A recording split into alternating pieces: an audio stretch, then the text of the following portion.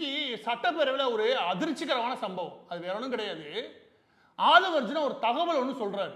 அமைச்சர் ஆதவர்ஜுன். அந்த ஆளு என்ன சொல்றாரு அப்படின்னா, கடந்த 5 வருடங்களில் இந்த கரும்பு உற்பத்தி இருக்கு இல்லையா, கரும்பு உற்பத்தி சுமார் 100% 30% குறைந்தது அப்படின்னு. இந்த நிலையே நீடித்தால் மகாராஷ்டிரால நம்ம இறக்குமதி பண்ண வேண்டியிருக்கும் அப்படின்னு அவர் சொல்லும்போது ரொம்ப அதிர்ச்சிகரமாக இருந்துச்சு. அப்படியான நிலைமையில இருக்கும். ஏன்னா இந்தியா பொறுத்தவரைக்கும் மகாராஷ்டிரா முதலாவது இடத்துல, 2வது இடத்துல கர்நாடகா வந்துடும் இந்த கரும்பு உற்பத்தியை பொறுத்த வரைக்கும். 3வது இடத்துல எப்படியும் தமிழ்நாடு இல்லை உத்தரப்பிரதேசம் இல்லை மத்திய பிரதேசம் இவங்க வந்துருவான்னு வச்சுக்கோங்க. அதுக்கப்புறம் குஜராத் வரும். இதுக்குள்ளே தான் ஓடுன்னு வச்சுக்கோங்க. எனவே கரும்பு உற்பத்தியில் தமிழகம் மிக முக்கியமான இடத்துல இருக்கு இந்தியாவிலே. அப்போ மகாராஷ்டிரா முதலிடத்துல மகாராஷ்டிரா வந்து இறக்குமதி ஆகும் இடத்துல 3வது 4வது இடத்துல கூடிய தமிழகம் இருக்குமா அப்படின்னு ஒரு தகவலை சொல்லும்போது ரொம்ப அதிர்ச்சிகரமாக இருந்தது.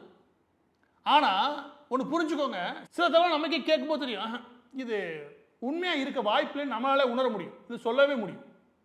அப்படியான தகவல் தான் இருக்குது. இந்த தகவல் எனக்கு வரும்போது நான் சொன்னேன், இல்லை இது உண்மையாக இருக்கிறதுக்கு வாய்ப்பு இல்லை, நீங்கள் மீண்டும் அவர் என்ன சொன்னாலும் கேளுங்க அப்படின்னு சொல்லி எனக்கு அனுப்பிவிட்டாங்க பசங்க. அது மீண்டும் கேட்டேன், அவர் அதை தான் சொல்கிறாரு. ஆனால் அது உண்மை இல்லை. வாயை திறந்தா பொய் இஷ்டத்தை பேசக்கூடாது. அவர் அங்கே ஒரு பிரச்சாரம் பண்ணுறாரு. என்ன, கடந்த 5 வருடங்களில் விவசாயம் அழிந்து விட்டது அவ்வளோ ஒரு பிரச்சாரம் பண்ணணும். அதுக்கு எங்கேருந்தோ ஒரு புள்ளி ஒரு தூக்கிட்டு வந்து ஐயா அளந்து விட்டுக்கிட்டு இருக்காரு. வாயை திறந்தாலே போய் அது எப்படி கான்ஃபிடண்டாக போய் சொல்ல முடியுது? நான் இப்போ அதற்கான நிதர்சனமான உண்மையான புள்ளி விவரங்கள் சொல்கிறேன். அது என்ன அப்படின்னா, அப்போ தான் இந்த ஆள் எவ்வளோ பெரிய பொய் சொல்லி செய்யலாம் தெரியும். 2021 132 லட்சம் டன்னு எது தமிழகத்தோட உற்பத்தி. 2022 161 லட்சம் டன்னு. 2023 176 லட்சம் டன்னு. 2024 159 லட்சம் டன்னு. 2025 சுமார் 133 லட்சம் டன்னு.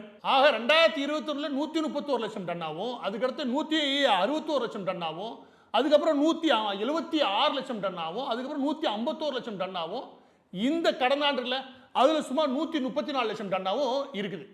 இதுதான் புள்ளி விவரம்.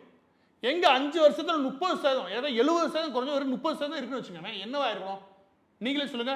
132 வச்சுக்கோங்க. இந்நேரம் இங்க வெறும் ஒரு 20 30 லட்சம் டன் தான் உற்பத்தி ஆகும். ஆனால் கடந்த ஆண்டு உற்பத்தி ஆனது சுமார் 133 லட்சம் டன்னு. எந்த கணக்கு அடிப்படையில் இந்த பொய்யை சொல்றாரு? எதன் அடிப்படையில் இப்படி பரப்ப முடியுது?